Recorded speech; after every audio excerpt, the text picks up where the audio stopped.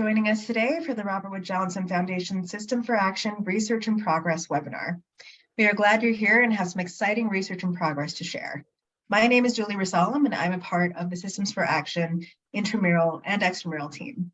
If you are new to Systems for Action, S4A is a signature research program of the Robert Wood Johnson Foundation. We study ways to align and connect medical, social, and public health systems with the goal of improving population health and advancing health equity. We support studies around the country testing a variety of ways to connect, align, and integrate medical, social, and public health systems. They cover a range of topics and alignment methods. If you want to learn more, check out systemsforaction.org and look at the more than 30 studies that we are currently supporting. These research in progress webinars serve as an opportunity for grantees to share the innovative work that is in progress. We feature studies at every stage, from early phase when projects are just beginning to later in the process when they have findings. Today, we'll hear from a project led by a team at the University of Connecticut that is looking to measure transit and treatment, effectiveness of transit systems to improve substance use and mental health in Connecticut. We look forward to hearing more about the background on the project, research design, and work they have planned. If you have questions, please enter them in the Q&A box below, and we will have questions at the end. We'll be hearing from Dr. Jeffrey Cohen and Mr. Steve Hewlett, and so I'll turn it over to them. Thank you so much, Julie. It's a pleasure to be here in presenting in our, I believe this is our third research in progress webinar for this grant. It's our third year. We're in our third year now. And getting some very exciting results and some community engagement that we are looking forward to talking with you about today. Just to give you a little background on who we are, I'm the PI on the project. I'm Jeffrey Cohen. Carla Rash is the co-PI. She's not able to join us today, but we also have Stephen Hewlett, who's our advisory panel coordinator, and he will be the commentator today. My background is that I'm an economist, and I'm a professor in the University of Connecticut School of Business. My expertise includes transit as well as real estate, and I've done a lot of work on public health related issues, including serving as a PI in a previous Robert Wood Johnson Foundation project on delivery and cost systems through the University of Kentucky about 10 years ago. And my interests include substance use treatment costs, among other health-related issues. And Steve Hewlett is works with the Capital Region Council of Governments in Connecticut as the Public Health Emergency Preparedness Grant Manager and as the Metropolitan Medical Response System Project Manager, and the Capital Region Council of Governments is located in Hartford, Connecticut. Stephen is also an adjunct instructor at the University of Connecticut's Department of Public Health Sciences.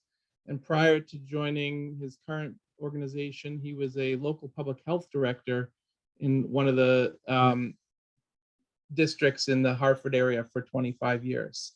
And as I mentioned, Stephen is the panel coordinator for our advisory board that you'll hear more about later today. I mentioned Dr. Carla Rash, who's a clinical psychologist who is also an expert in addictions and addiction treatment. And then we also have another health economist on our team, Professor Shane Murphy at the University of Connecticut School of Business. So just to give you some background about our project, one of the crucial challenges facing people, not just in Connecticut, but also throughout the country, is that sometimes access to substance use disorder and mental health treatment is difficult. It's a costly problem in the US, it costs billions of dollars.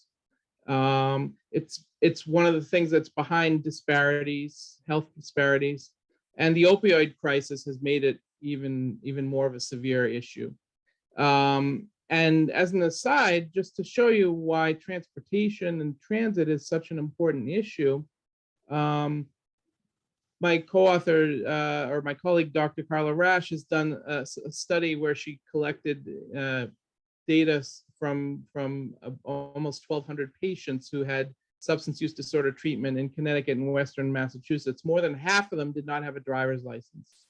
And of those who did have a driver's license, almost 40% didn't have any access to a vehicle. So, and in addition to that, you might think that people who are trying to recover from substance use disorder might not be in the condition, in some cases, to be driving to and from their treatment, especially for outpatient treatment.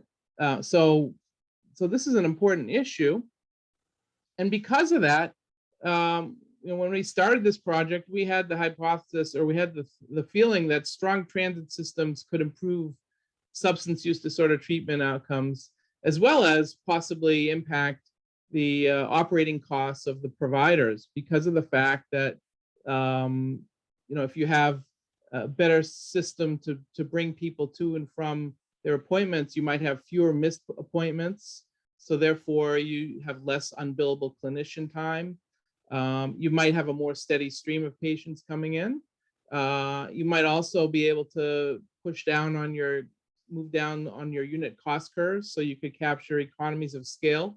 And it also might be cost effective or cost efficient to do more than one thing at the same provider. So while somebody is there getting treatment for substance use disorder, they may also get mental health disorder treatment at the same time or in the same location. So it saves on processing claims and paperwork. So there could be additional cost savings to have integrated treatment as well. And that's a concept in economics called economies of scope. And these cost issues are important because in the literature on substance use treatment costs, there's evidence that as you have more patients, the cost per patient goes down, but there's a lot of variation in how big these estimates are, and we don't know quite so well why there's this variation. And this makes some decisions that state agencies have to make. It makes them difficult in terms of funding decisions, as well as for providers in terms of deciding what services for them to offer. So this leads to the question, which is the whole purpose of this study, of can system alignment improve treatment outcomes, which include costs and as well as cost efficient treatment, as well as equity across different demographic groups, possibly across genders. So the systems that we are looking at are transit systems, which represent social services, substance use treatment providers, which represent medical services, and prevention, which is the public health side of this story. So if we can do a good job of aligning these three systems, does that enhance outcomes and possibly also achieve greater equity among patients? So our approach was, and still is, to first explore how connected systems that are already in place might have impacted outcomes and costs and equity. So if we can see, for instance, if an existing new transit line, which may not have intentionally been placed near some substance use treatment providers, if that has an impact on costs or on outcomes or on equity, then it might make sense to try to engage in further system alignment across these three systems, because of the fact that we could see already that these systems have had positive effects in terms of beneficial effects of being aligned with each other. So that's the research objective that we have in this study. We have several hypotheses that we looked at using a quasi-experimental empirical approach. So we're going to look at data. We're going to do a statistical analysis of the data. I'll talk a little bit more about that in a few minutes. And we set up a quasi-experiment, so sort of like a behavioral economics type of an approach, to come up with causal effects to see if whether or not there are causal effects of being close to transit on various metrics. So one of these questions that we focus on, or aims that we focus on, is to address the question of how treatment costs are different, or it's actually the operating costs of the providers. We don't directly observe the treatment costs, we observe the operating costs of the providers. So how are these costs different after versus before a new transit line for providers that have programs that are near versus far from transit? So this is essentially going to be tested through what's called a difference in differences estimation approach. And then another question that we focus on, that I'll talk about some of the results today of, is whether or not there's any difference in the operating costs of providers who have programs that offer substance use disorder or mental health together versus separately. And that's the whole issue of economies of scope. If it's more cost efficient to offer both of these services together, then that might make sense. And how does transit proximity impact this estimate of the benefits of offering these services in one place? And then another question that we focus on is treatment outcomes. So for instance, how do operating costs change when there are better treatment outcomes, and how is that different for clients that are treated at providers that have programs close to transit versus far? And this is partly related to the equity issue. We'll talk a little bit about equity, and we'll talk about some of the challenges we're facing in terms of trying to look deeply at equity and what inferences we can make about equity from what we're doing. And then, of course, the big overarching umbrella here is, what are the implications for system alignment? So the first part is to analyze the research questions. If we find evidence that the research questions are supporting the fact that, or the notion that previous interactions between transit and substance use treatment have beneficial impacts on the operating costs of providers, then it might make sense to try and encourage alignment of these systems. So the data that we have comes from the Connecticut. I'll talk in a minute where the sources are from, but we have provider level and program level data for the state of Connecticut, which is where we're located, and where there's a recent transit initiative with a whole new transit line that was built, a bus rapid transit line. And so we focus on the areas in Connecticut that are near and versus far from the transit line. And near was within a half a mile of the transit line. That we tried various robustness checks to that. It seems pretty robust to small changes, but we figured half a mile is within reasonable walking distance from a lot of a number of providers in our sample. So the provider level data comes from the state substance use agency called the Department of Mental Health and Addiction Services. They shared provider locations, average demographics of the clients, as well as we have client counts for the individual programs, as well as the program locations. We have data on the treatment outcomes of at the program level. We don't have any individual patient level data. And we also have information on mental health versus addiction treatment, and whether or not those are offered together, or if they're not offered together in one provider. At the population level, we have information on the locations of the new bus rapid transit stations, and we also have obtained information on how far these stations are from programs. And as I mentioned, the primary focus is on the state of Connecticut. The data that we have encompasses 50 providers over 8 years, straddling the year of the opening of the new bus rapid transit, which was in 2015. And then we have an unbalanced panel here of over 1,000, almost 1,100 program years. And the data includes over 30,000, close to 40,000 client interactions. Although we don't have client level data, the total client counts per year across all of the programs that we look at, a total close to 40,000. So there is a substantial number of people who are being treated and who could be potentially affected.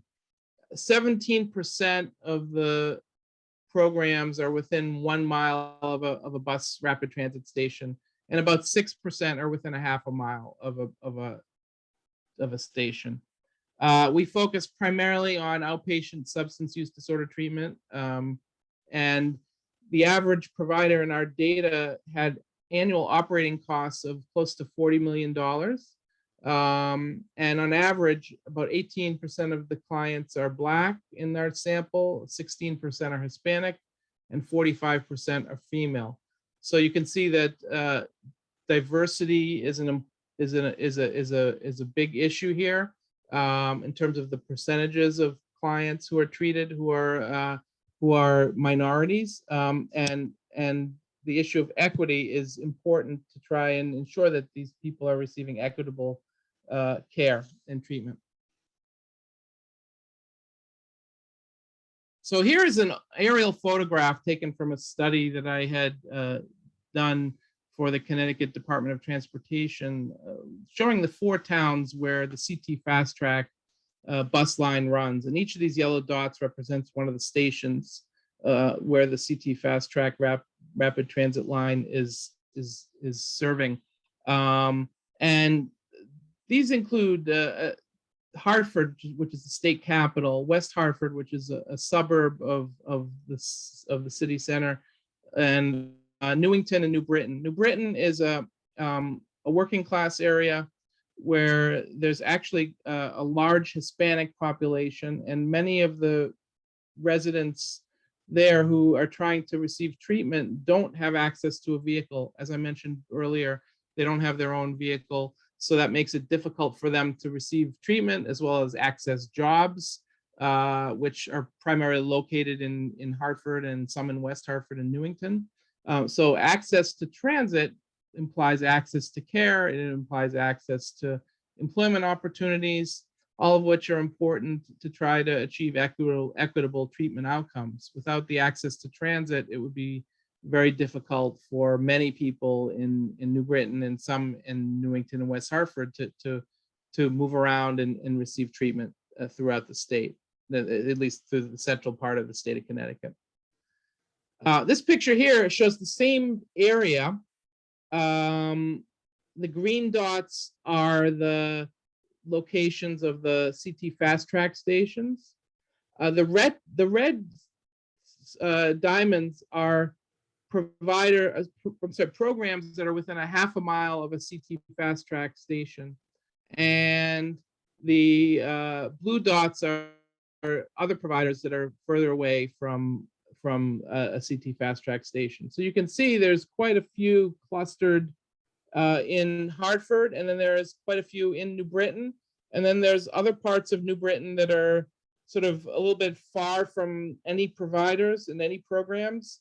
So having access to this transit can get people closer to where the station, to where the programs are, either in Hartford or in New Britain.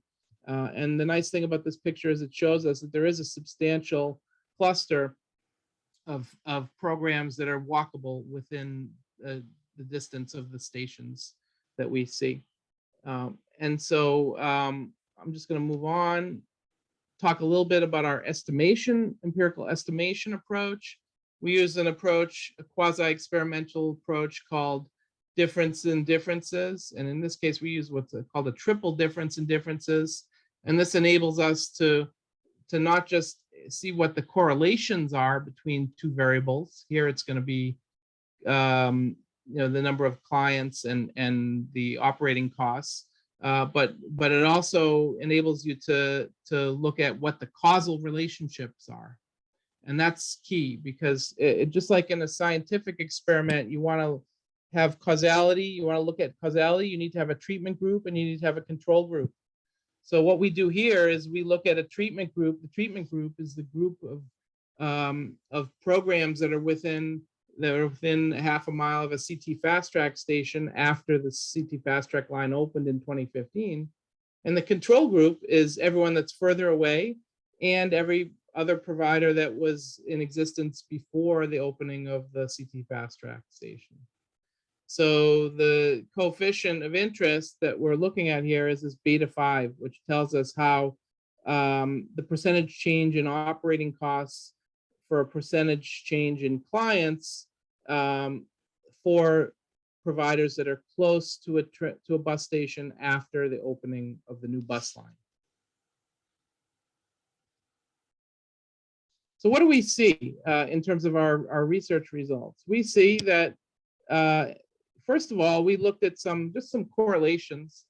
Since there's such a large Hispanic population in New Britain, we thought that we would do some simple correlation regressions looking at Hispanic population and the Black population, as well as female population and population of different age ranges. And we see that a statistically significant relationship is between the number of Hispanic patients and the total operating costs, so that we find that for every 10% increase in Hispanic patients, total operating costs were lower by about 2% after controlling for demographics, for programs, and client volumes. And the question is why, right? One of the things this could imply is that maybe it costs less to treat Hispanic patients.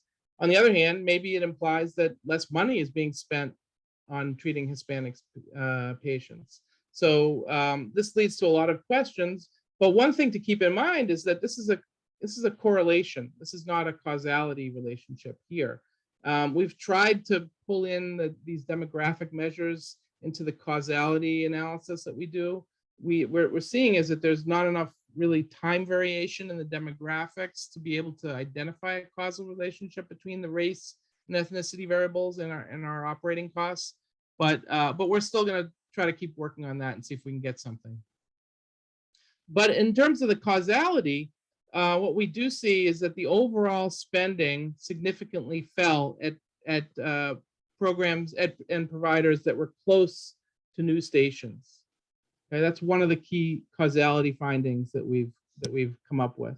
And we also see that the incremental spending on additional patients went down with more clients at facilities that were close to stations.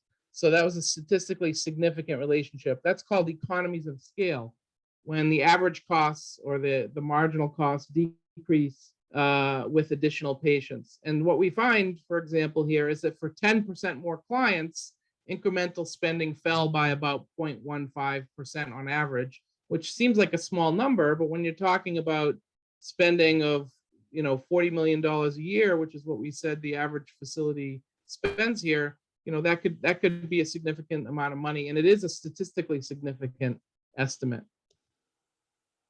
We also find, in terms of causality, that incremental spending significantly went down when there was more treatment completions at facilities that were close to stations.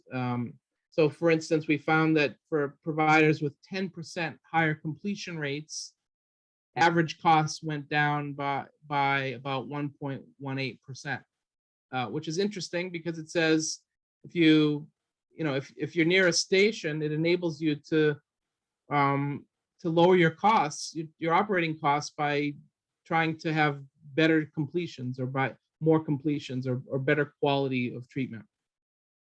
The other thing that we looked at was some other outcome measures, and those measures that are commonly used in measuring the outcomes of substance use treatment include the reduced use of substances, employment after treatment, or whether or not you were arrested after treatment, self-help seeking out, social supports, in other words, whether or not you live with family or have stable housing.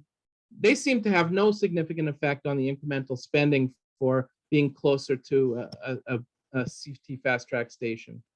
And finally, for providers that offer both mental health and addiction treatment in the same program, we found that they had about 10% lower operating costs than other providers. So we see evidence here of economies of scope. So this leads to the question of, okay, well, what do these findings imply for system alignment? One of the things that we could see is that since in the past, we see that being close to transit can lead to lower average costs and more clients, it might make sense, especially for providers that are struggling with patients who miss appointments, and we have provider time that's idle because of the fact that people aren't on time or they're missing their appointments. One of the nice things about the CT Fast Track is it's on a dedicated route, so that it's like a train. You know exactly when the bus is going to get there and when it's going to leave, and so you don't have to worry about it getting stuck in city traffic along this line. We could see that there are lower average treatment cost, average operating costs when there's more clients if you were to align systems even further. And also aligning systems so that transit is close to treatment could also lead to better outcomes that cost less as well. And finally, we've seen, as we've talked about, that access to treatment is important, and that's an important equity issue for clients in urban areas who don't have the ability to drive or to own an automobile. Just to talk briefly about some other aspects of the project. Well, now that we've found a lot of evidence that supports the fact that previous alignment, even though it may have been unintentional, it could be beneficial.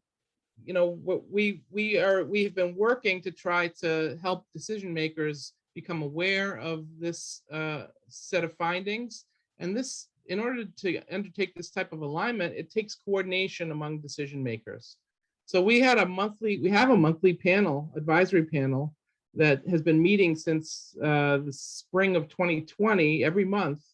And it includes the Connecticut Department of Mental Health and Addiction Services, the Connecticut Department of Public Health representatives, Connecticut Department of Transportation, Capital Region Council of Governments, several local treatment providers, University of Connecticut, and University of Connecticut Health, which is the medical school and hospital of the University of Connecticut. And as I mentioned earlier, Steve Hewlett is our advisory panel coordinator. He's going to speak in a minute to talk a little bit more about what we've been doing with that panel to try and help to encourage system alignment. But one of the other things we're doing in order to try to disseminate our results is we submitted an abstract to be considered for a special issue of Health Services Research, which is a very highly regarded journal in health services literature. And the co-authors of this paper include myself, as well as a subset of this panel's members. And we were invited to submit a full manuscript. So we're developing the full manuscript based on our work that we've been doing for this Systems for Action funded project. And so we're very excited about that. We're hopeful that this will lead to a great amount of awareness of the work that we've done, the findings, and the efforts that we're making to try to encourage system alignment. Finally, one of the other things that we're doing right now is we've worked closely with the Connecticut Department of Mental Health and Addiction Services to submit a letter of intent to NIH for some community-based research funding that was announced recently and publicized through Systems for Action, through one of their think tank webinars that Glenn Mays led a few weeks ago. So we're waiting to hear back on this letter of intent. If we get invited to submit a full proposal, we hope to expand, work with the state agency to expand on what we've done here and hopefully try to incorporate housing and affordable housing into the analysis. And that would be a multi-year endeavor that would hopefully also expand to other parts of the state of Connecticut beyond just the Metro Hartford area. Connecticut has a population of around 3.5 million people. So it's a significant number of people There are transit initiatives closer to New York City, which have other sets of issues, but substance use treatment is an issue throughout the state. So now I'll turn it over to Steve. Steve? Yep, thank you, Jeff. I'm Steve Hewlett, and I've been an active participant in practice-based research and community-based research for quite a while. It's something that I think at the community level, we need to have data that we can rely on, and yet data that applies to our communities. So this is a great project from that standpoint, because it's looking at several communities in the heart of the capital region, and specifically two largest municipalities population-wise, that being Hartford and New Britain, and a project that was actually something that was in the works for quite some time, the CT Fast Track Busway. So if you're not sure what it is, it's basically a dedicated busway on some underutilized railroad lines. It's separate, it's not part of the traffic pattern, and it runs station to station. And pretty much goes 24/7, if I'm not mistaken, at this point in time.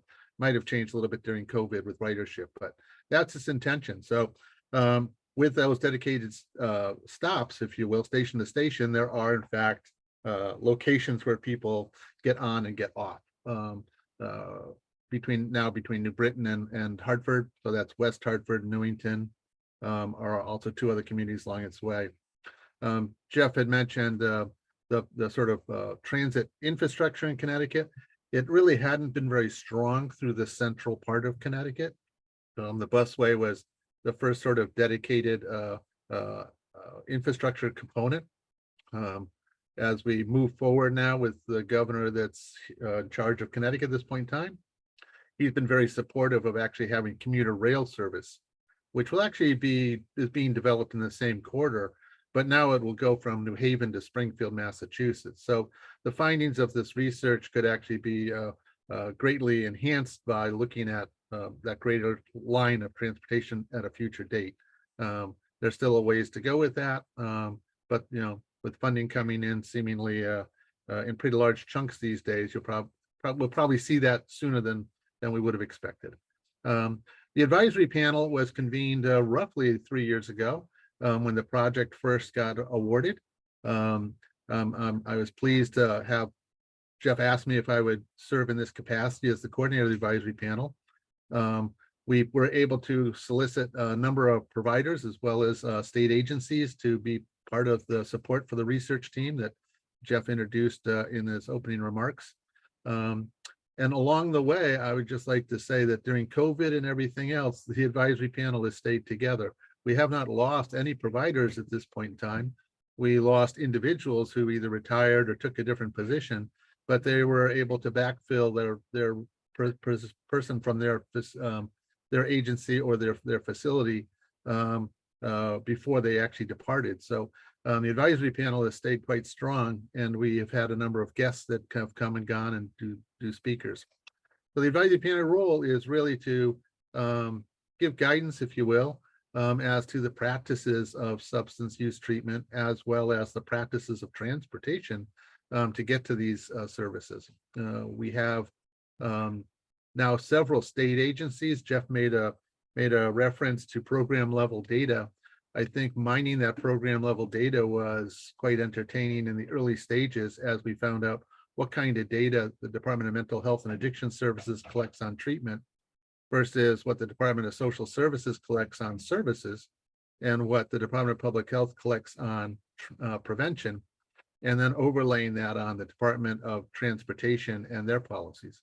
So a lot of the research that's been going on has been trying to mine that into meaningful data into the research questions that Jeff has shared with us today. Trying to move forward, Jeff just mentioned moving into actually looking at transit and public housing or housing in general. The busway was always believed that it would start economic redevelopment along this railroad line, which doesn't necessarily generate the first place people want to live. But there have been a number of housing initiatives that have popped up.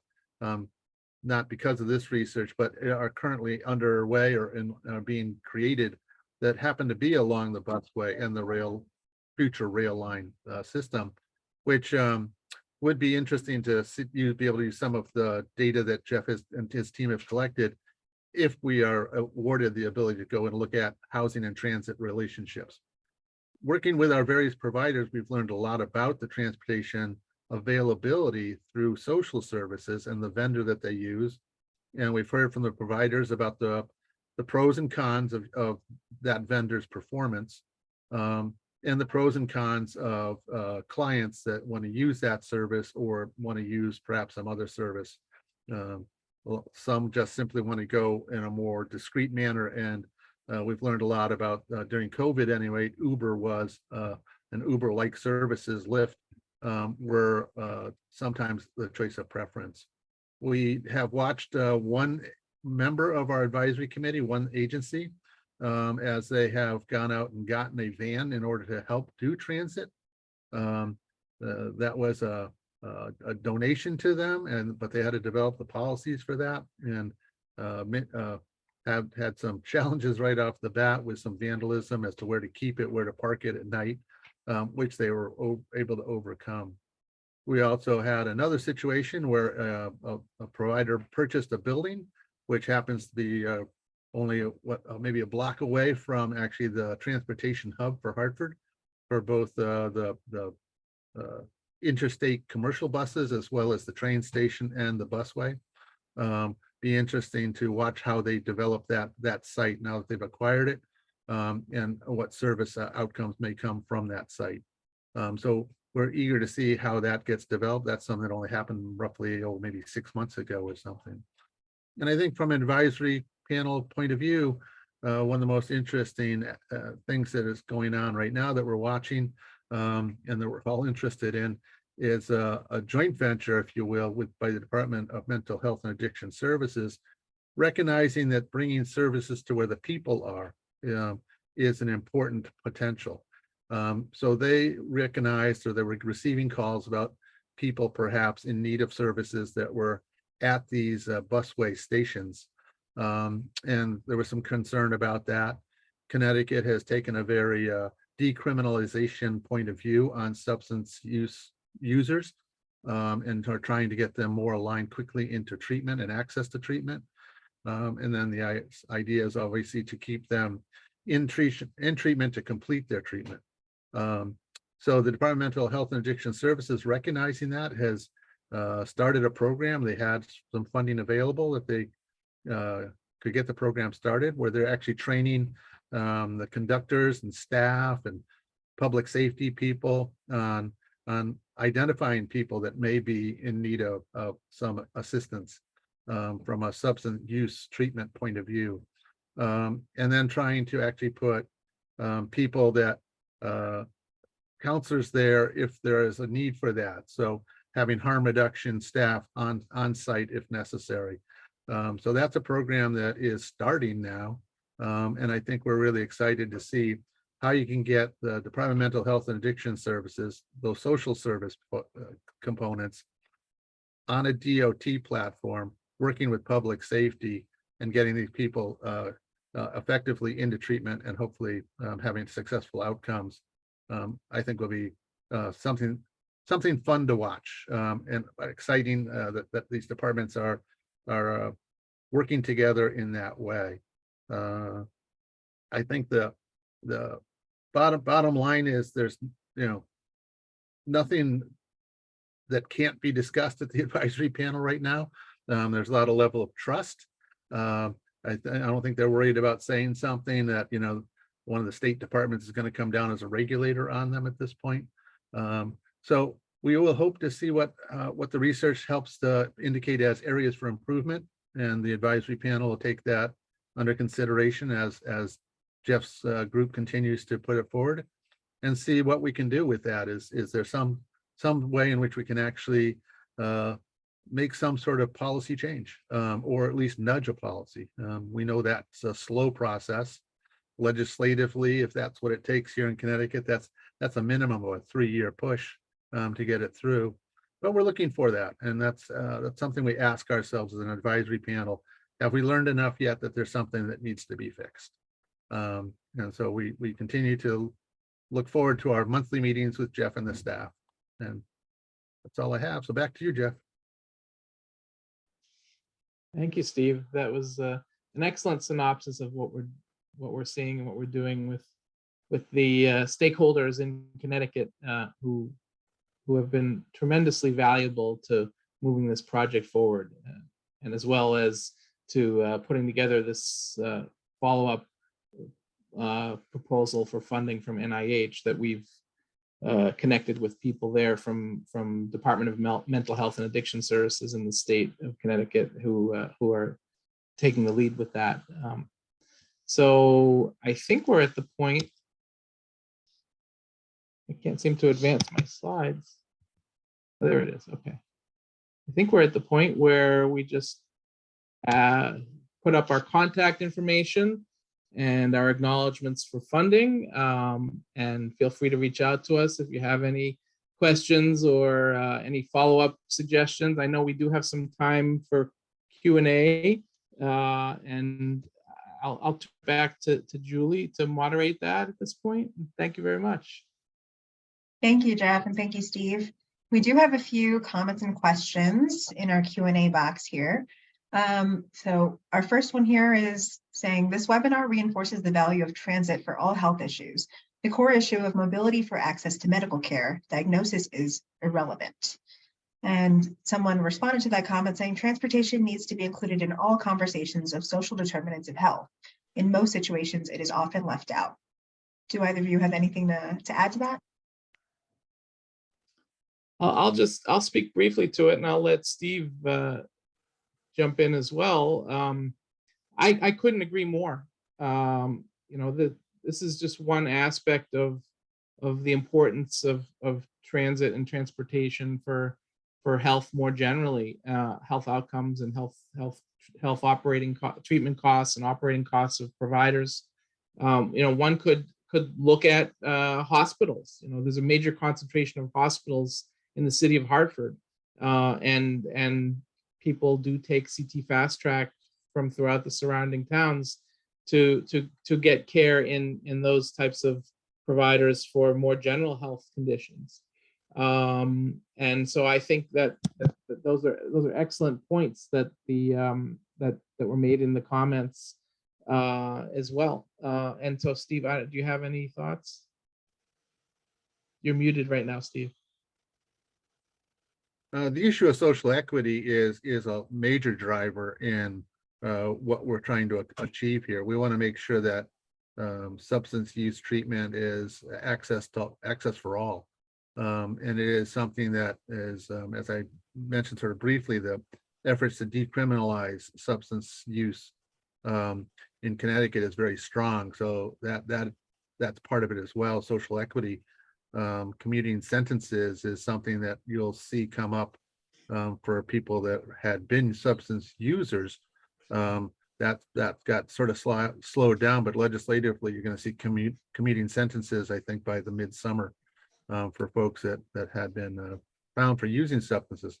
So that open conversation of people, regardless of where they are in life or economics, I think is critical to the project. I think it was critical to where the busway endpoints were in going to New Britain and going into Hartford, was to make sure people had free and easy access back and forth between these major areas. So I think the substance use treatment locations that you saw on the map is part of what will be studied to see, well, what might that be the demographic clientele there versus the demographic clientele away from that. And that data, I think, will come forward and then show hopefully that access was equal to everybody wherever they went, but we can understand better why access was maybe higher in one area than the other.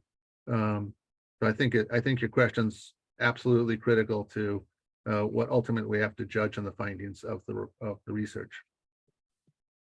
And I just want to add that I agree with what you've said, and the whole issue of trying to remedy any disparities in treatment access and in treatment outcomes for people of different demographic groups is crucially important. I mean, given the numbers that I put up earlier in Connecticut, it looks like over a third of the treatment population for substance use is either Black or Hispanic, and about half of the clients are women, slightly under half, are female. And so these are issues that are pervasive because of the fact that many of the minority population that seeks treatment for all different types of health issues don't have great access in some cases to care. And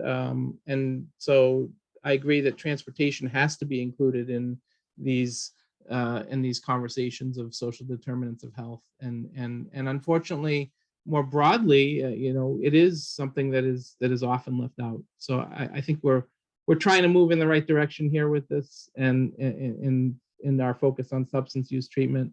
And certainly, it's something that is worth trying to pursue more broadly for other types of healthcare treatments as well. This next question you sort of touched on. It sounds like you'll be studying in the future, but someone commented that the first mile continues to stand out as the greatest need. It also raises the issue of whether that corridor was intended to contain certain classes of people, minorities, low income, less educated, etc. So do you have any data regarding what that corridor contains? Well, I'll answer the global question. Jeff can answer the data question side of the question. So the corridor, as it's getting put, was actually an economic development sort of project to actually bring businesses and interests into this corridor. It maybe has gotten off to a slower start, maybe because of COVID. As I mentioned, there are numerous housing complexes, apartment buildings and things that are being popped up now. There is talks now about businesses. There was a large shopping center that was built on the other side of the Hartford side of a large station that has a Walmart and all that. That was, I think, part of the figuring in of the development of this area. So I think that that's been a big issue. The other part is that CT Fast Track does run shuttles to dedicated spots too. They do send some shuttles that take people from the stations maybe to like the local mall, which isn't on the busway. So it does have some arteries that go a little bit deeper. I don't think that's something that we've looked at this point in time as to where those dedicated shuttles what those routes might look like. But that would be a little bit more of an expansion of the fact that CT Fast Track isn't just stuck on this line going back and forth. It actually has a little bit more reach than that. And I'll add that part of the line runs through the town of West Hartford, which is probably one of the more affluent towns in the greater Hartford area. Definitely one of the more affluent towns in the greater Hartford area. And it's near where the mall that Steve just referred to, that they have shuttle buses that take people back and forth from the CT Fast Track line. So there are people who are having access to come and shop in places that they might not otherwise be able to with the CT Fast Track. But also following up on the idea of the economic development, I've been working on a study for the past several years with the Connecticut Department of Transportation, looking at the real estate impacts of the line. And what we're seeing is neighborhoods where additional housing is being built. There's fewer vacancies in existing buildings in these neighborhoods, both commercial and residential. We're seeing planned and proposed developments popping up. We're seeing increases in the sale prices of properties in these neighborhoods. And we have, very soon, hopefully, a final report will be released for this project. And if you're interested in seeing that report, please reach out to me. And in the coming weeks, I will share that with you once it is released. If you're interested in hearing more about the the potential benefits in terms of economic development and real estate development near the corridor. And just curious in response to that question, I mean, I'm not aware of what the schedule is, but it's way faster than an hour between buses. I don't know what it is, maybe every 15 minutes or something along that line. Yeah, so during rush hour, it's every 30 minutes. During off-peak times between, I believe it's 10 and 2 p.m., it's every 1 hour. So depending on the timing of when your appointment is, if it's in the morning, early in the morning, or mid to late afternoon, I'm sorry, mid to late afternoon, then you will have fairly frequent service.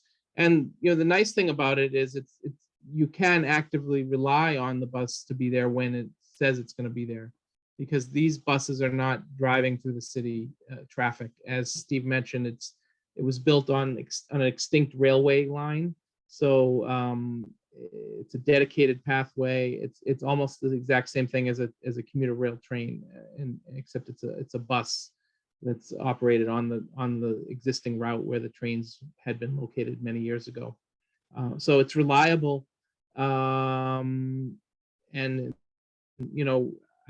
think that the 30-minute time frame within the peak timing is a reasonable time frame. And I think your question also is what makes the Demis initiative so imperative, is that there are people that are aware and service minded.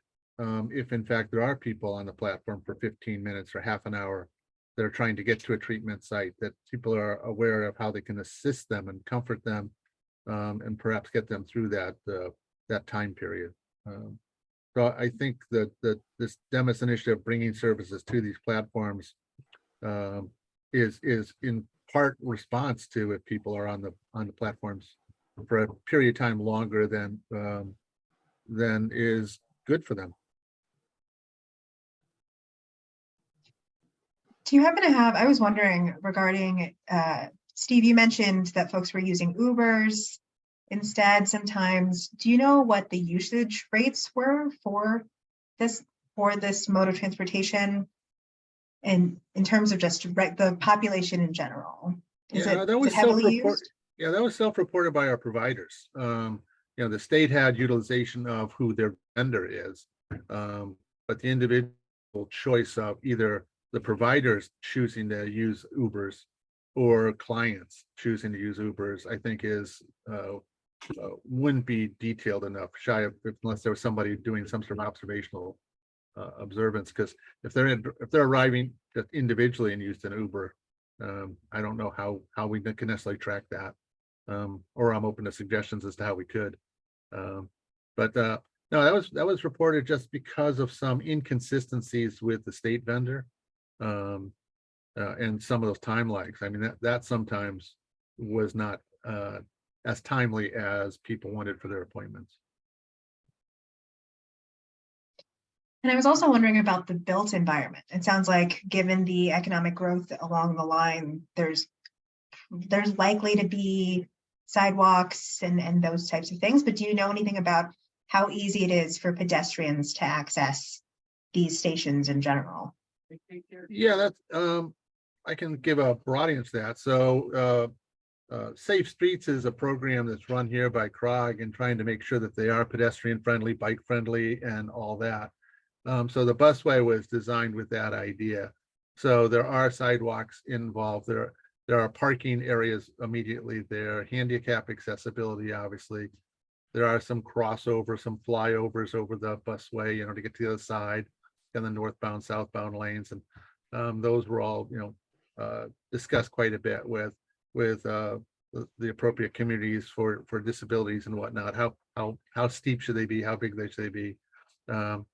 So the infrastructure that's there, it's at this point in time, it's mostly residential. It probably was commercial / old industrial back in a different time period. But now it's mostly residential and some small businesses along that line. A lot of multifamily houses, 2-3 family houses in the Hartford Hartford, West Hartford line. That's sort of what that neighborhood looks like. As you move to the other side of West Hartford, it's single family homes, and you go into Newington, it's mostly single family homes. Ultimately, you get into New Britain, it turns back into 2 or 3 family homes. It also basically connects Central Connecticut State University with Hartford, and Hartford UConn with Central Connecticut State University. So you have a lot of student access that goes uses the busway. So relatively diverse.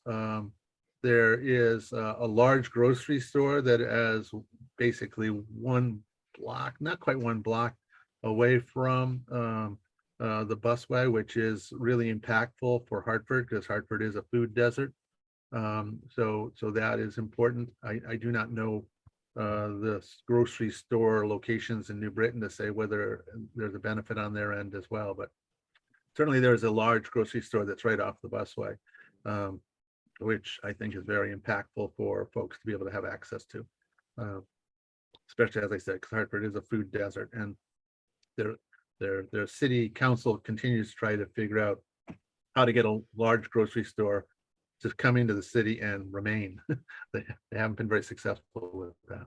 So that's sort of the environment in which the busway exists. There was concern, some of our providers, we did talk about the issue of walking to treatment centers, and do they feel safe? They feel safe if they're walking, and what are sidewalk conditions, and and is it safe from the provider's point of view to know that the person is competent and capable to make that walk, so that they're not putting them at risk and should have sent transportation.